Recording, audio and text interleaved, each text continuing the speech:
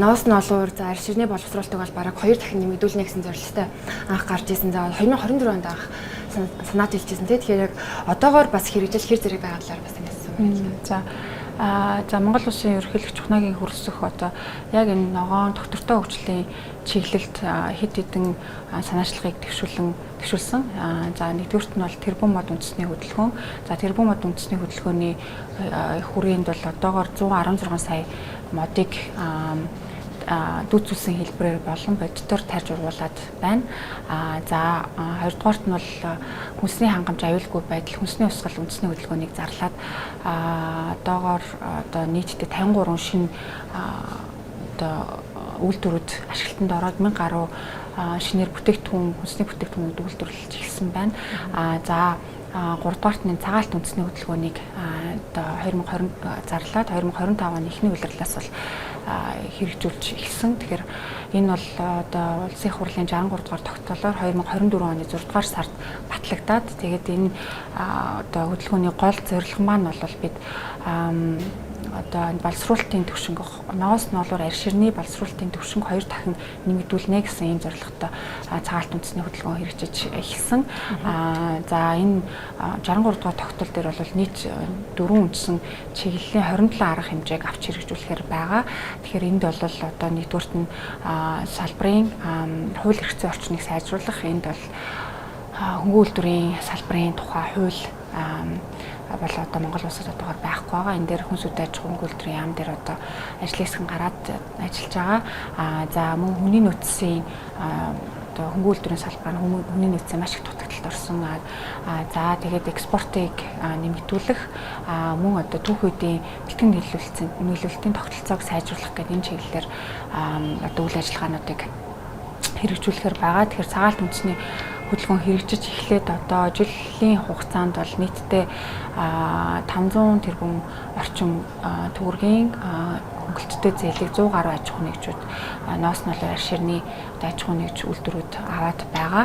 Одоо энэ 2026 онд ноолуурны салбарт бол 350 тэрбум төгрөгийн одоо хөнгөлөлттэй зээлийг олгохоор бол өнгөрсөн сард хүнс үдэ аж ахуйн үйлдвэрийн яам арилжааны банкудтай гэрээгээ хийгээд хэрэгжээд эхлээд явж байгаа.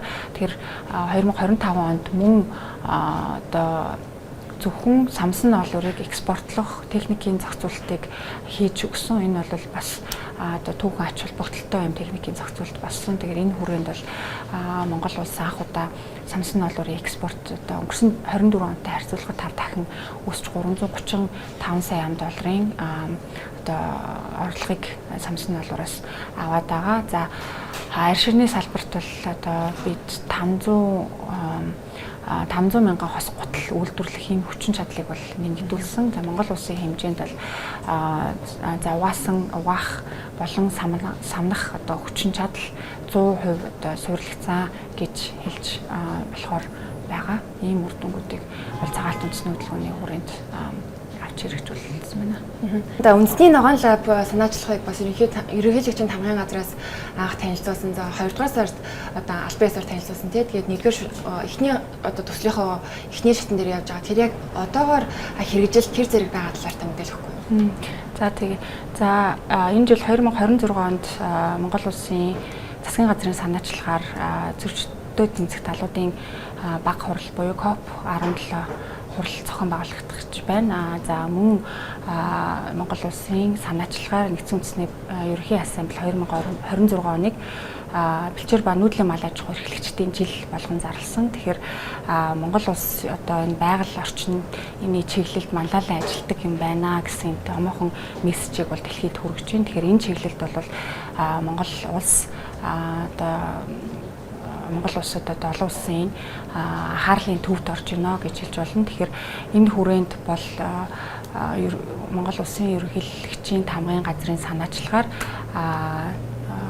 үндэсний ногоон лабыг бол байгуулсан байгаа. Тэгээд 2 сард бид нээлттэй хийгээд за хэрэгжүүлэгч буюу ажлын албыг бол Монголын байгалийн өв сан болон Монголын бизнесийн зөвлөл хэрэгжиж эхэлсэн байгаа.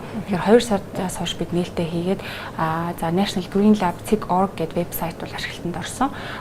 За одоо бол яг төслөө хүлээж авах шатандаа явж байгаа. Тэгээд бид төслөө хүлээж аваад сонгон шалгаруулалтаа хийгээд сонгон шалгаруулсан төслүүдээ илүү сайжруулад за 8 сард болох COP17 хурлын үеэр хөрөнгө оруулагчдыг танилцуулахаар ийм төлөвлөгөөтэй ажиллаж байгаа. Тэгэхээр одоогоор ер нь Ногоон лаб платформ зүгээр нэг платформоос ялгаатай нь төслүүдийг ер нь бойж болно гэж мэдээлсэн байна. Тэгэхээр яг одоогоор ер нь хэдийн хэмжээний төсөл илгээгдсэн байна. Ер нь яг ямар шалгуур стандартыг баримталж байгаа талаар мэдээлэл. За хамгийн нэгдүгüрт нь бол төслүүд өөрөө ногоон байх ёстой. Тэгэхээр гадны хөрөнгө оруулагчид бол илүү байгаль орчинд ээлтэй, үгүй бол одоо нийгмийн үр нөлөөтэй гэх юм уу те нийгмийн төслүүдэд илүү санхүүжүүлэх одоо тийм сонирхолтой болсон байна. Тэгэхээр гадны санхүүжүүлэгчид маш их тийм санхүүжүүлэх боломжууд бас байгаад байна. Мөн одоо дотоодын арилжааны банкуд ч гэсэн бид одоо ногоон санхүүжилттэй ногоон бүтээгдэхүүнүүдэд илүү их болгосон байна те 2021 он гэхэд ногоон санхүүжилт ногоон зээлийн багц маань бол 1% байсан бол өнөөдрийн байдлаар 5% төрсөн байна. Одоо 2030 он гэхэд арилжааны банкуд нийт зээлийн багцынхаа 10%-ийг ногоон болохоор төлөвлөж байна. За мөн одоо банк ус санхүүгийн байгууллагууд бас одоо ногоон боонд ногоон бүтээгдэхүүнүүдийг маш их гаргасан байна. Тэгэхээр гадаад болон дотоодын хөрөнгө оруулагчид бол ерөөсөө ногоон төслүүдэд хөрөнгө оруулах маш их боломж байгаа байна. Гэсэн хэдий ч одоо арилжааны банкуудын хэрэгцээ шаардлагад нийцсэн ийм төслүүд одоо нэг ховордоод одоо байгаа. Тийм ч учраас одоо үндэсний ногоон лабын гол зорилго нь бол энд гүүр болон ажиллах маш их юм байгаль орчинд ээлтэй төслүүдийн санал санаачлагууд хэдийгээр байгаад байдаг боловч одоо байгаль орчны үнэлгээгээ сайн хийж чадахгүй ч гэдэг юм уу те эсвэл одоо яг энэ зах зээлтэй илүү холбох илүү доктортой гар үйл ажиллагаа явуулах чиглэлээр одоо дотмог байдаг ч юм уу те гих мэтчлэн одоо төслүүдийг илүү сайжруулах одоо энэ үндэсний ногоон лаб дээр төслөө сонгон шалгаруулснаар төслийг нь илүү сайжруулад бойжуулад гаргана гэсэн үг юм. COP17-гийн үеэр энэхүү төслүүдийг танилцуулахад бэлэн болгоод танилцуулна гэж ойлгосон. Гэхдээ төслүүдийг одоо хүлээн авах хугацааг заасан байгаа юу? Тэр хүртэл бас бэлэн болгох шаардлагатай. За бид хүлээн авах хугацаагаа 4 сарын 5-нээр зарласан байсан. Тэгээд 4 сарын 5-наас одоо бид дахин сунгаад тэгээд 4 сарын одоо сүүлээр гэхэд бид нар хүлээж аваад гэтээ энэ ч бас богино хугацаа үлдээд 8 сар хүртэлхтэй. Тэгэхээр 4 сартаа багтаж бид нар төслүүдэд хүлээж авна. Сонгон шалгаруулалтын одоо гол шалгуур үзүүлэлт нь гэх юм бол хамгийн нэгдүгüрт нь одоо сая хэмжигдсэн байгаль орчинд ээлтэй бодит хэмжигтүүц тоон үзүүлэлтээр илүү өрн нөлөөгөө төслөө хэрэгжүүлэхэд одоо ямар байсан те одоо жишээл бэлчээрийн менежмент дээр гэхэд ямар хэмжигтүүц одоо өр нөлөө гарах юм бэ гэдэг юм уу те мөн доктортой одоо үйл ажиллагаагаа үргэлжлүүлэх боломжтой мөн одоо төслийн бэлэн байдал богино хугацаа бид нарт бас байгаа учраас төслийн бэлэн байдлаас илүү сайн хангасан төсөл байх юм бол илүү сайн байгаа. Тэгээд мөн төсөл өгсөн багийнхан туршлага за дээрэс нь одоо шинэлэг инновацлог төслүүд байх одоо ийм шалгуур үзүүлэлтийг тавьж байгаа. За цаг гаргаж бидэнтэй ярилцсан танд маш их баярлалаа. За баярлалаа.